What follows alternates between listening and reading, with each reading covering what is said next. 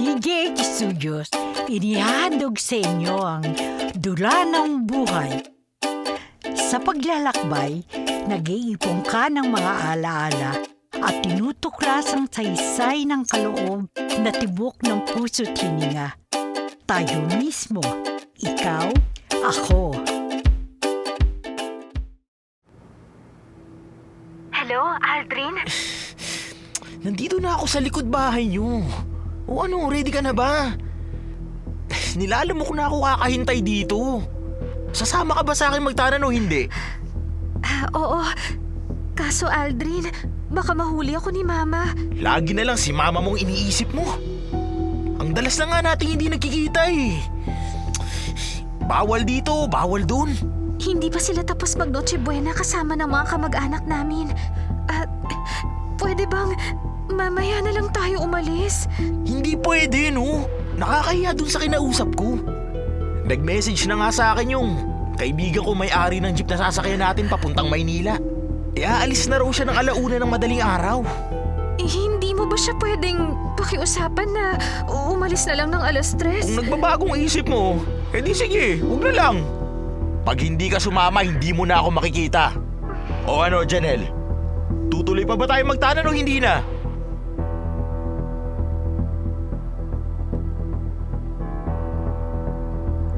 Ano yung pinakamataas na bundok? Mount Everest? May mataas, may hindi kataasan. Hala, akyat, subok lang ng subok. Maaaring sa kalagitnaan pa lang ay sumuko ka na. Yun ay sa sarili mong kakayahan. Pakinggan po natin ang kasaysayan ni na Aldrin at Janelle. Pinamagatan nating Ako, Ikaw, Laban sa Mundo.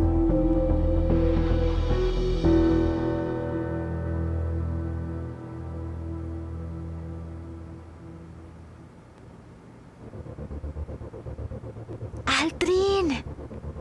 Aldrin! Nasaan ka na? Aldrin! Dito. Yan lang ba dadalhin mo? Oo. Tara, Janelle. Umalis na tayo dito bago pa tayo makita ng mama mo. Teka, Aldrin. O bakit? Teka, huwag mong sabihin sa akin na nagdadalawang isip ka na naman. O sige, bumalik ka na sa mama mo. Kinakabahan ako sa gagawin natin. Tuloy pa ba ang pagtatano natin? Siyempre, tuloy na to. Janelle, magdesisyon ka na. Kung hindi mo pa kaya humiwalay sa mama mo, hindi kita pipilitin. Sige, sasama na talaga ako sa'yo. Basta, Janelle, ito lang ang tatandaan mo. Kahit anong mangyari, sagot kita. Hindi kita pababayaan. Naku, excited sina Janelle at Aldrin na magtanan at buksan ang bagong chapter sa buhay nila.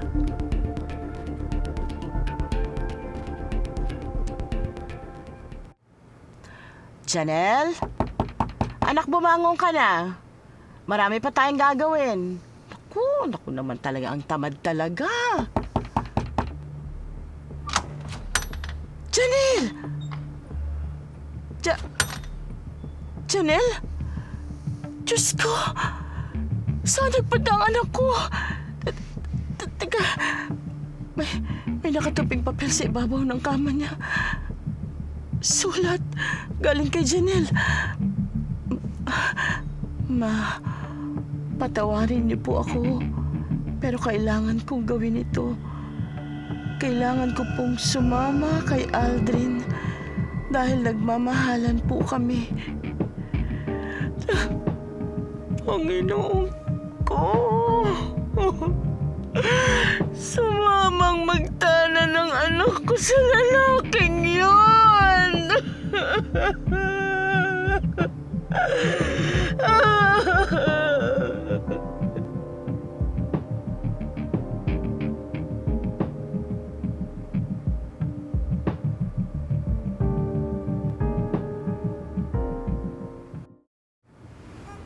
Oy, Drin! Ano na ang plano nyo ngayon nandito na kayo sa Maynila? Paano yan? Ha? Saan kayo titira niyan? Kuya Ben, kasi, ang totoo po niyan wala po kaming matitirhan dito. Naku, patay tayo dyan. Yun lang. Akala ko kasi may kamag-anak kayo dito kaya pumayag ako na isama kayo rito eh. Naku. Pasensya na po, Kuya Ben. Pero, pwede po bang tumira muna kami sa inyo? Maliit lang tong bahay ko. Nasa ilalim pa kami ng tulay oh. Ay nako. Tapos siyang pa kami nagsisiksikan dito. Pansamantala lang naman, Kuya Ben. Maghahanap din po kami ni Janelle ng malilipatan. Sige. Sige. Pumapayag na ako. Pero kailangan mag-ambag din kayo sa renta namin dito, ha? Di po pwedeng hindi. Wala pong problema, Kuya.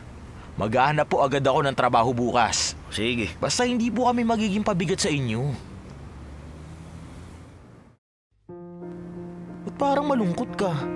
Aldrin, sigurado ka bang okay lang kina Kuya Ben na tumira tayo rito? Hindi ba? Sabi niya, siyam silang nagsisiksikan dito. Tapos dadagdag pa tayo. Sinabi naman niya na okay lang basta mag-aambag tayo sa renta, di ba? Pero tingnan mo naman kung saan tayo pupwesto. Isang hakbang lang, banyo na agad. Aldrin, hindi ako sanay sa ganito. Janelle, masasanay ka rin. Ah, Ayaw mo ba? Sige, kung ayaw mo, ibabalik na lang kita sa mama mo. Kalimutan na natin to. hindi, nandito na tayo. Ituloy na natin. Yun naman pala eh. Kung ganun, magtiis ka. Huwag kang mag-alala. Makakahanap din tayo ng ibang lugar.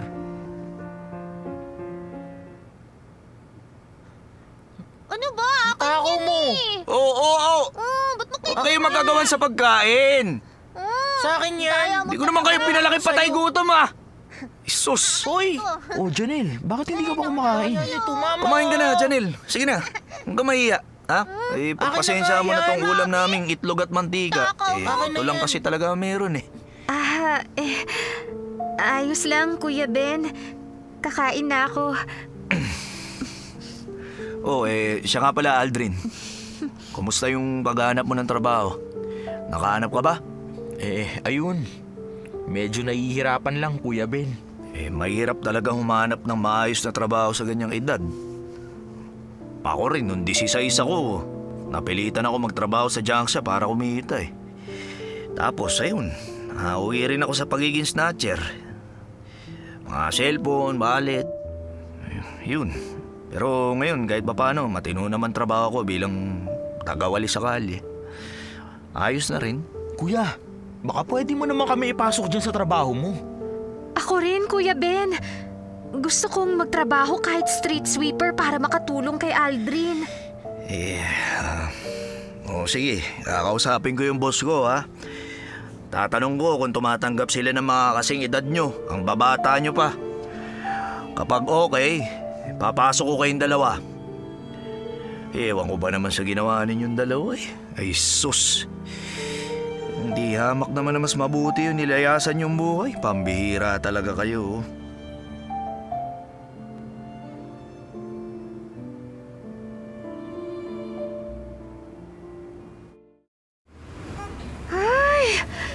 Ang init.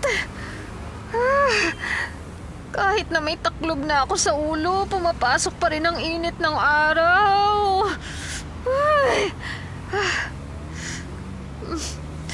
Pero, kailangan namin kumita ng pera ni Aldrin. Sandali. Kanina pa nakaupo si Aldrin sa bangketa. Parang nahihirapang huminga. Aldrin? Anong nangyayari sa'yo? Nahihirapan ka bang huminga? Hindi ko pala kaya yung ganitong klase ng trabaho. Madali akong mawala ng lakas eh. Tsaka, sinusumpong ako ng hika. Pansin ko nga eh. Teka, uminom ka na ba ng tubig? Dahil yan sa sobrang init, kaya nahihirapan tayong huminga. Kanina pa nga ako inom ng tubig. Pero, hindi pa rin tumatalab eh. Sobrang init. Kahit umaga pa lang. O ano, susuko ka na? Janelle, ayoko ng ganitong trabaho. Maghahanap na lang ako ng iba. Ikaw ba? Nakakaya mo pa ba? Nakakapagod itong trabaho natin. Pero, kailangan natin ng pera. Sige na, kakayanin ko. Hindi na ako makakabalik kay Mama. Exciting kasi yung nagtanan tayo. Pero, ito pala ang kapalit. Wala na eh. Nandito na tayo.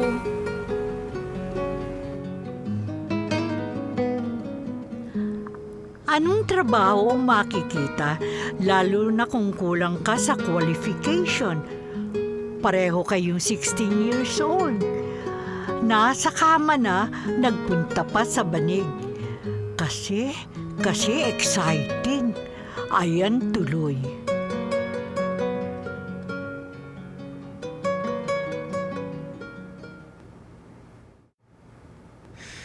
Ang hirap humanap ng trabaho, Kuya Ben.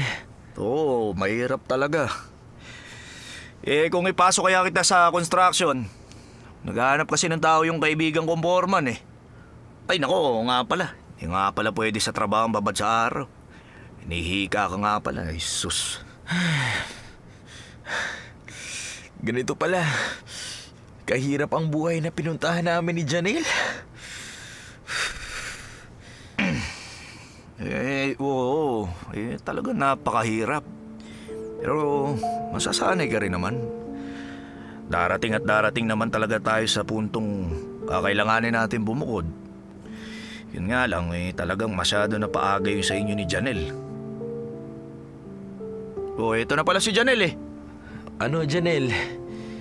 Kumusta ng trabaho mo bilang tagawalis? Pagod na pagod ka na. Aldrin, ito na ang huli kong araw sa trabaho. Ha? Bakit naman? Nagbawas kasi ng street sweeper ang pamahalaang lungsod. Siyempre, umira lang seniority. Kaya isa ako sa mga natanggal. Paano na ngayon yan? Bukas susubukan kong maghanap ng trabaho. Kahit tindera o katulong, papatulan ko na. Sana swertehin ako. Sana swertehin tayo. Oo, tama ka. Ay, nakakapagod. Gusto ko nang matulog. Sige, Janelle. Matulog ka na. Para bukas may enerhiya ka sa paghahanap mo ng bagong trabaho. Ganito talaga ang buhay na pinunta ninyo. Para kang sinisilaban sa init. May kataan din pa nagutom yan.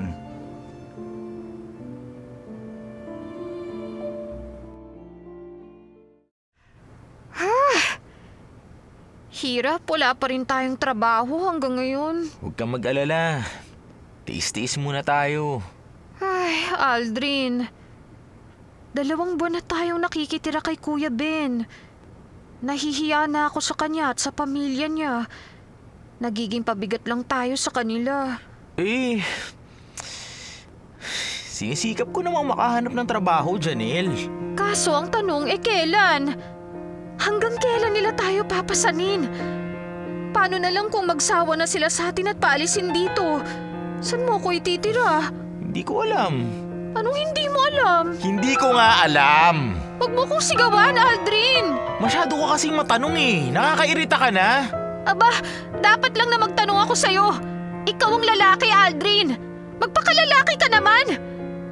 Anong plano mo sa buhay natin, ha? Habang buhay na lang ba tayong ganito? Hindi porkit ako ang lalaki. Ako lang ang mag-iisip ng paraan para sa buhay natin. Kumilos ka rin. Tulungan mo naman ako, Janelle. Hindi ko umaasa ka na lang sa akin. Teka, anong sabi mo? Ako? Hindi kumikilos? Aldrin, naghahanap din ako ng trabaho. At lalong hindi ako umaasa sa'yo. Ay, nako. Akala ko may plano ka para sa buhay natin, pero nagkamali ako. O ano? Gusto mo bumalik ka na sa mama mo? O sige, ibabalik na kita sa kanya. Ano? Ano, Janelle? Bakit hindi ka makapagsalita riyan? Hindi yan ang gusto kong marinig sa'yo, Aldrin. Ano pa bang gusto mong marinig mula sa akin?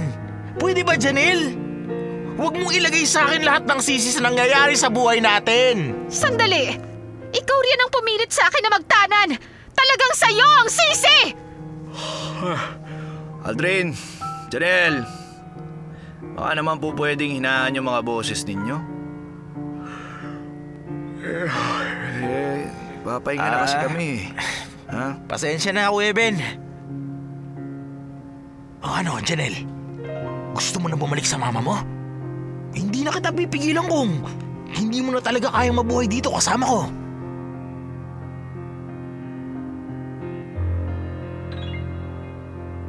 Ano nga ba ang mabuting gawin? Sa ganitong pagkakataon habang maaga, tanggapin na lang sana ni Janelle at Aldrin ang pagkakamali nila. Nauubos rin naman ang excitement sa pag-ibig.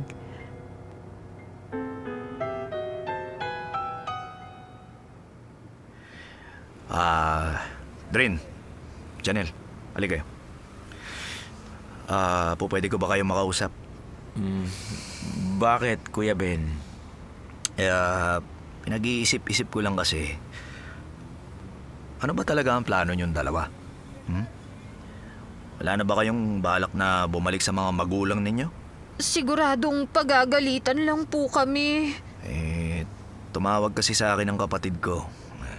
Kinausap daw siya ng mama mo, Janelle.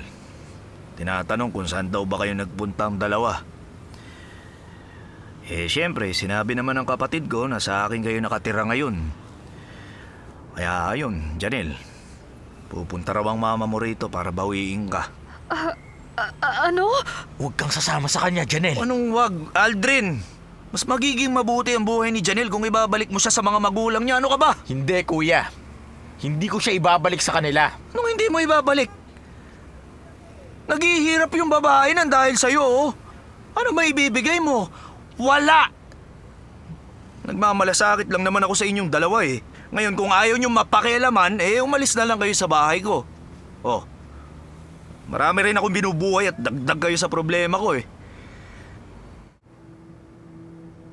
Bakit mo naman sinabi yun kay Kuya Ben? Siya na nga lang ang nagmamalasakit sa atin tapos ganun pa ang sasabihin mo. Parang sasabo na kasi ang ulo ko eh. Natunto na kasi tayo ng mama mo. Ano mang oras pupunta na siya dito. Ay, Gusto mong bumalik sa kanila? pero matanong kita, Aldrin. Saan tayo titira ngayon, ha? Di ko alam. Wala ka na bang alam na sagot kundi yan? Aldrin naman! Bakit hanggang ngayon wala ka pa rin plano para sa buhay natin? Huwag mo nga akong sisihin kung wala pa akong plano sa buhay natin. Di ba mas pinili mong sumama sa akin kaysa sa bumalik sa mama mo?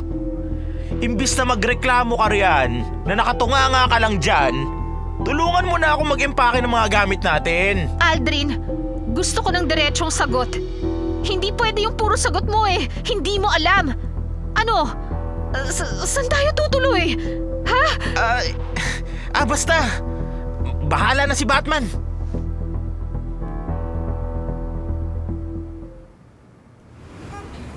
Ano? Saan tayo titira, Aldrin? Di dito, sa kalsada. Ano? Ititira mo ko sa Rojas Boulevard? Marami naman tayo makakasama Ayun sila Aldrin naman! Janelle, pansamantala lang to.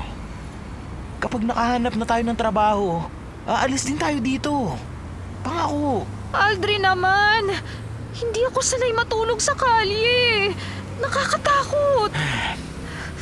Janelle, huwag ka nang matakot. Kasama mo naman ako Walang iwanan, di ba?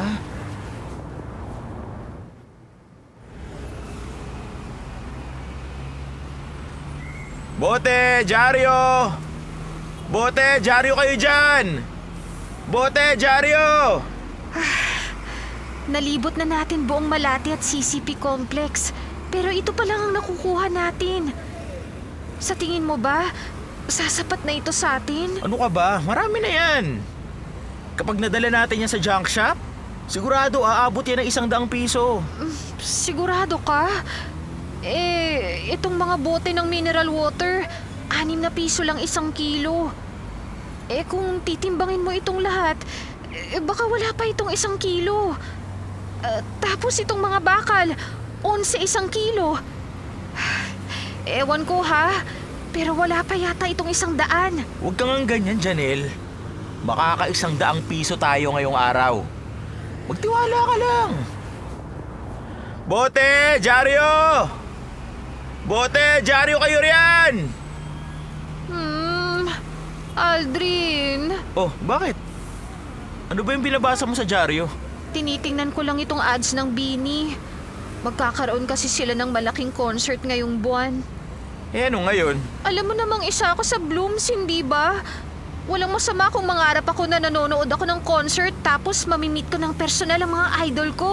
Lalo na si Bini Aya, Bini Colette at Bini Maloy. Ay, naku. Janelle, tigil-tigilan mo na nga yung kahibangan mo sa Bini. Hindi tayo yayaman dyan. Aldrin, meron pa akong isang concern. Meron akong nararamdamang kakaiba sa katawan ko. Nagsusuka ako, tapos laging nahihilo. Hindi kaya buntis ako? Huwag naman sana. Paano kung buntis ako?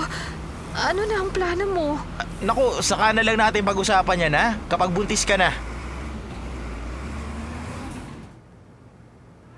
Oh, eto yung bayad sa mga nakalakal yung dalawa. Ha? 80 pesos lang po lahat yung nakalakal namin? Ang totoo niyan, dinagdagan ko pa nga ng 10 piso yung bayad sa inyo kasi nga buntis ka. Ha? Ano pong sinabi nyo? Buntis yung asawa mo, Aldrin. Naku, maniwala kayo sa akin. Baka naman po nagkakamali lang kayo, Manang. Iho, 7 ang naging anak ko. Kaya hindi ako pwedeng magkamali. Ganyan-ganyan ang itsura ko noon kapag buntis ako. Ganun po ba? Kaya ikaw, Aldrin, alagaan mong mabuti ang asawa mo, ha? Lalo na't nagdadalang tao siya ngayon.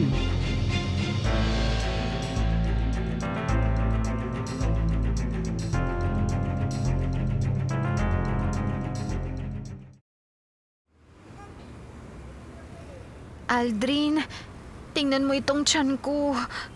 9 months na akong buntis. Ano mang oras pwede na akong manganak. Kung sakaling manganak na ako, handa ka ba, Aldrin? Ay, ewan. Bahala na. Puro na lang ewan ang naririnig ko sa'yo! Hindi kaya kambal itong pinagbubuntis ko. Pakiramdam ko kasi masyadong malaki na itong tiyan ko eh. Naku, huwag naman sanang kambal. Kasi mahihirapan tayong palakihin yan. Nga pala, kaya mo bang magbote dyaryo kasama ko ngayon? Aldrin! Aldrin! Pumutok na ang panubigan ko! Ha? Ang sabi noon ni Manang sa junk shop, kapag may lumalabas ng tubig sa akin, ibig sabihin nun, manganganak na ako! Ha? Anong gagawin natin? Ano pa? Di dadalhin mo ako sa ospital!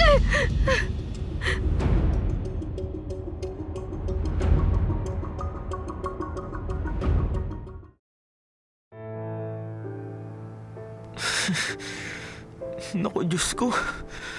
Tulungan niyo naman po sana si Janelle na mailabas ng maayos ang anak namin. Ayun na yung doktor. Dok, kumusta po si Janelle at ang anak namin? Kambal na lalaki ang anak ninyo. Sa kasamaang palad nga lang, yung isa binawian ng buhay kani-kanina lang. Ano po? Yung isang anak ko. Huwag kang mag-alala dahil malusog naman yung isa. Nililinis siya ngayon ng isa sa mga nurse namin bago dalhin sa nursery. Ganun po ba? Bale, itatransfer na yung asawa mo sa ward. Hintayin mo na lang siyang ilabas. Opo, Dok. Salamat.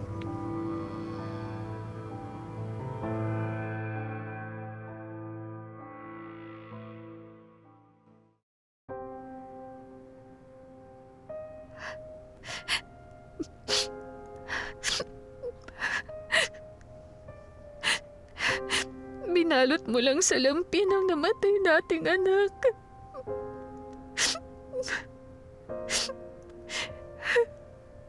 Hindi man lang tayo nakabili ng kabaong niya.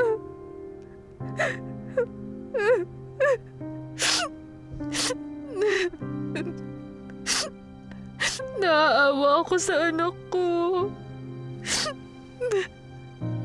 Hanggang sa huli, hirap pa rin ang dinanas niya. Huwag ka nang umiyak. Ang importante, may isa pa tayong anak. Naaawa ako sa anak natin kasi ititira natin siya sa kariton. Ganun talaga ang buhay. Kahit anong gawin naman natin, kung hindi talaga aayon sa'yo ang kapalaran, wala rin tayong magagawa. Ano na ang plano mo, Aldrin?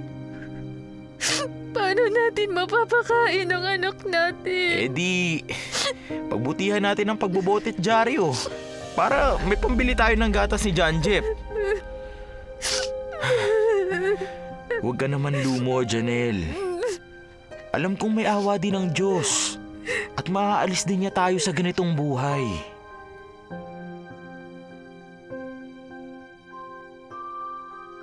Madaling magpayo kung hindi ikaw ang nasa kalagayan nila. Mag-iisip ka ng mabuti ngayon, lalo na at may baby ng pinag-uusapan.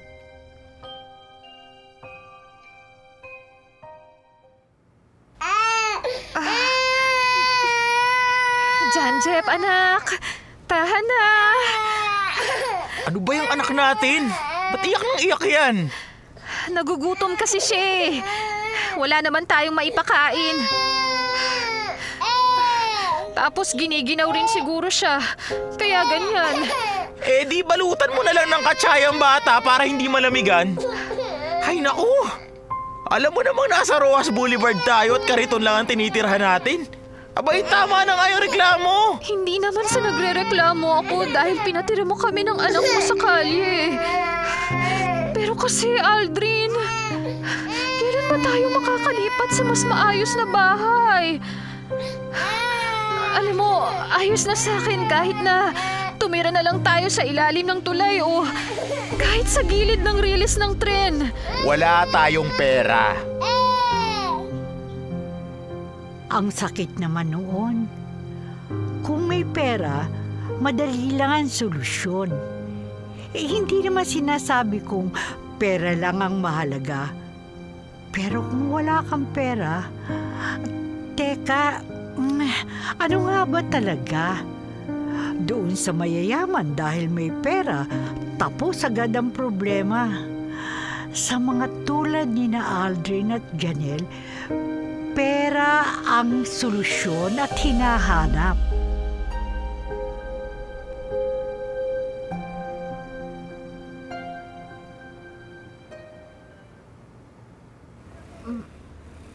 Aldrin, nagugutom na ako. Oh, tama-tama. May binili ako. Ano ito? Mga tira-tirang pagkain? Saan mo kinuha ito? Pagpag yan. Tira-tira yan sa mga fast food. Huwag kang mag-alala. Lilinisin at lulutuin ko yan para makain mo. O ano? Aarte ka pa?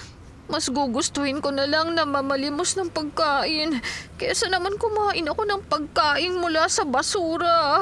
Eh kung ayaw mo, di wag. Arte-arte nito. Nag-iinarte ka pa dyan kanina, kakain ka rin naman pala ng pagpag. Napilitan lang ako kasi gutom na ako. Pero pakiusap, Aldrin. Kung pwede, huwag ka nang bibili ng ganun. Eh kung yun lang ang kaya ng pera natin eh, aarte ka pa? Buti na lang, magatas ako kaya hindi tayo namomroblema sa pagkain ng baby natin. Kasi kung hindi, baka mabaliw na tayo sa kaiisip kung saan kukuha ng pera pambili ng gatas. Ay, ang hirap ng buhay natin. Lahat naman nahihirapan sa buhay. Kahit yung mayayaman, nahihirapan yan. Hindi yun eh. Iniisip ko, Kaya tayo ganito kahit ano pang pagsisikap ang gawin natin. Nakakarma ako sa ginawa kong pag-iwan kay Mama.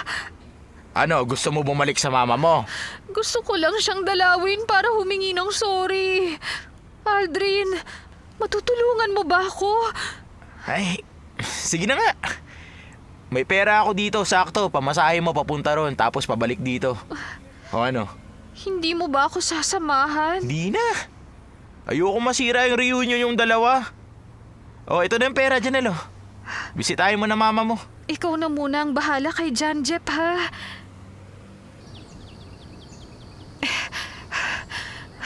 Mama! Mama! Si Janelle ito! Mama! Mukhang wala yatang tao. Oh, Janelle! Ikaw ba yan? Ay, Mang Isko! Nakita niyo po ba si Mama? Nako, wala nang mama mo. Matagal na. Oo, balita ko bumalik na siya ng probinsya pagkatapos mong makipagtanang kay Aldrin Ha? Nasa Talavera na si Mama? Oo. Nako, masyadong nasaktan sa ginawa mong pag-iwan sa kanya noon kaya bumalik na lamang sa Talavera sa mga kamag-anak niyo roon. Ganun po ba? Sige. Salamat po. Oo, sige. Naku, paano ko mapupuntahan si Mama sa Talavera? Malaking pera ang kakailanganin ko kapag nagkataon.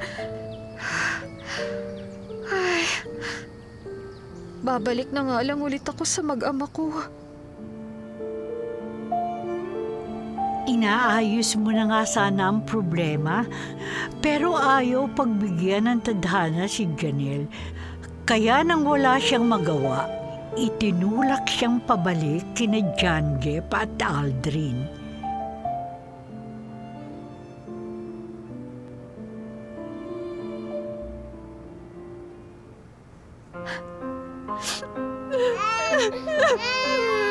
Tama na, iyak, Janelle.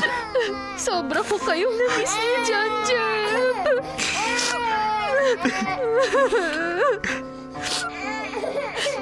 John Jeff, huwag mo na kaming samahan sa pag-iyak.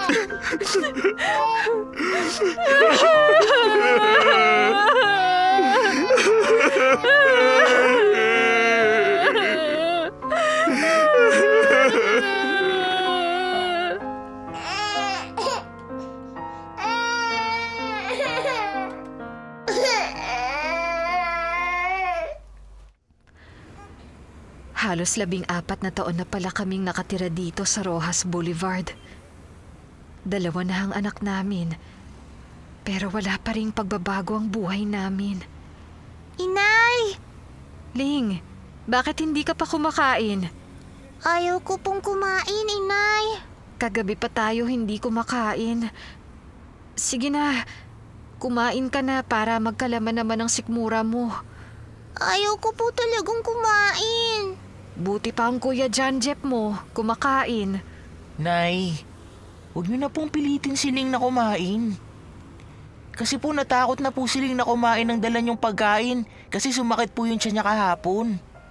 Sinabi namin po yun kay Itay pero hindi niya naman kami pinansin. Ang sabi niya lang po dumumi lang daw po si Ling at mawawala rin daw po ang sakit ng tiyan niya. Ay, pasensya na kayo mga anak kung yan lang ang kaya kong ipakain sa inyo, ha? Maliit lang yung kinikita ko sa pagbebenta ng alamang. Hindi talaga sasapat sa pambili ng pagkain natin. At ang tatay nyo naman, hindi naman maaasahan pagdating sa pera. Pero Inay, hanggang kailan po kami kakain ng pagpagniling? Ang totoo po niyan hindi po namin masikmura na kumain ng pagkain galing po sa basura. John Jeff, malinis naman yan. Galing naman yan sa mga tira-tira sa fast food. Inay, basura pa rin po to kahit nasabihin. Galing po to sa mamahaling restaurant.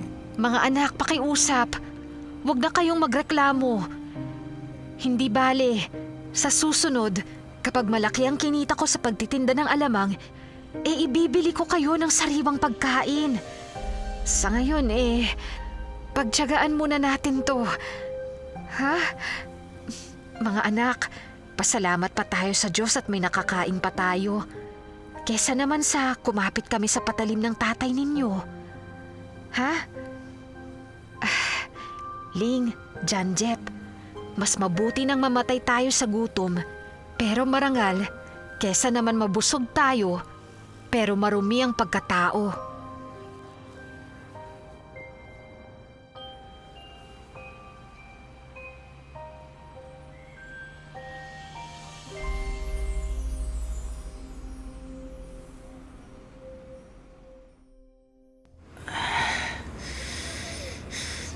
Gugutom na ako. Ayoko namang kumain ng pagpag kasi madumi. Ano kayang pwede kong kainin? Hoy, John Jeff! John Jeff! Bakit po, Kuya Fidel? Ang ginagawa mo rito? Teka lang, namamalimos ka ba? Opo. Pambili lang po ng pagkain. Ito, 10 piso. Sige, sa'yo na yan. Salamat po. Ay, Jeff! Kaya lang, gusto mo bang kumita na malaki? Ay, syempre naman po. Ano pong klaseng trabaho? Snatcher ng cellphone. Malaki kita mo pag nagkataon. Oo. Mabibili mo agad yung mga pagkain gusto mong kainin. O ano, interesado ka ba? Naku, baka mahuli po ako ng mga pulis pag ganun. Sus, wag kang mag-alala. Ako bahala sa'yo. Bago ka pumitik ng cellphone, tuturuan naman kita eh. Ako pa. Ano ka ba, ganito ginagawa ko araw-araw para mabuhay. Di sige po, Kuya Fidel. Payag na po ako. Kailan niyo po ako tuturuang mang-snatch ng cellphone?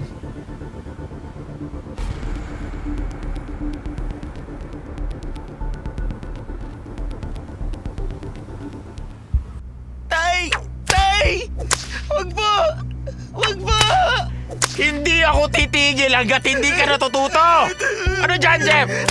Ulitin mo pa yun? Hindi na po, Itay! Hindi ko na po ulitin! Aldrin! Huwag mong saktan ang anak mo! Maawa ka naman sa kanya! Hindi ako maaawa sa kanya! Aldrin! Maawa ka naman sa anak mo! Hindi ka magtitigil! Tinuturuan ko lang ng leksyon tong anak mo! Pero hindi sa ganyang paraan! Aldrin! Hindi mo dinidisiplina si John Jeff! Pinapatay mo na siya! Yan ang hirap sa'yo, Janelle. Kinukonsulti mo kasi tong anak mo eh. Diyan sa mga pinagkagagawa niyang kalokohan. Hindi ko kinukonsinti ang anak natin, Aldrin! Pero sana magkaroon ka naman ng konting awa sa kanya! Tingnan mo naman si John Jeff! Puro latay at pasa na ang buong katawan niya! Napasubo lang ang anak mo kaya nagawa niyang mag-snatch ng cellphone! Wala kasi siyang may pambili ng pagkain! Nahuli siya ng pulis! Kung hindi ko ba pinakausapan yung pulis, hindi pa lalayain yung anak mo! Kung tutuusin walang kasalanan ng anak natin! Tayo ang may kasalanan, Aldrin!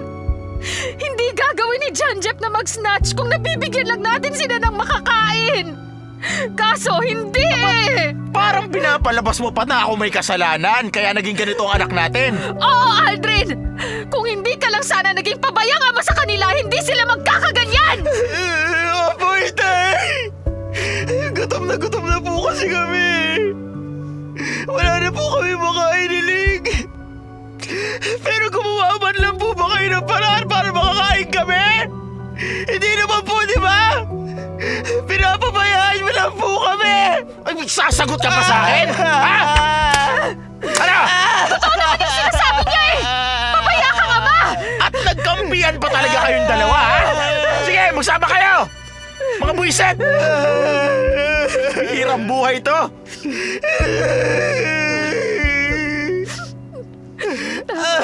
Jeff, kakausapin ko ang